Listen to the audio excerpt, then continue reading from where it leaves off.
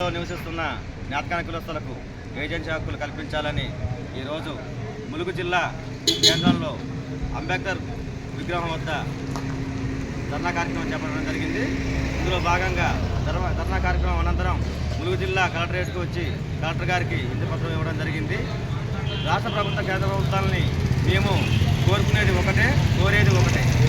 ఏజెన్సీల్లో పూర్వం నుండి మేము తరతరాలుగా ఇక్కడే నివసిస్తున్నాము, ఇక్కడే పుట్టి ఇక్కడే జీవిస్తూ హక్కులు లేక సస్తు బ్రతుకుతున్నాము. కావున రాష్ట్ర కేంద్ర ప్రభుత్వాలు తక్షణమే మమ్మల్ని గుర్తించి ఏజెన్సీలో మాకు సర్వ హక్కులు కల్పించాలి. 107 యాక్ట్ వీసా చట్టాల్లో మా నేతకాని కులస్తులని భాగస్వామ్యం చేయాలని డిమాండ్ చేస్తున్నాము.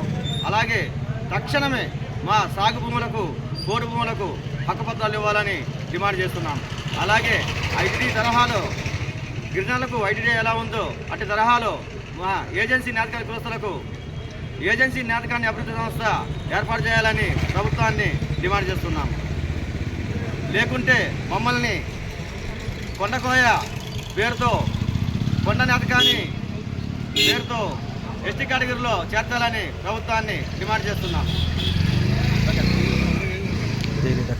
జై నేతకాని, జై నేతకాని. ఏజెన్సీలో నేతకాని కులానికి హక్కులు, ఏజెన్సీలో నేతకాని కులానికి హక్కులు, ఏజెన్సీ హక్కులు, ఏజెన్సీ హక్కులు. జై నేతకాని, జై నేతకాని.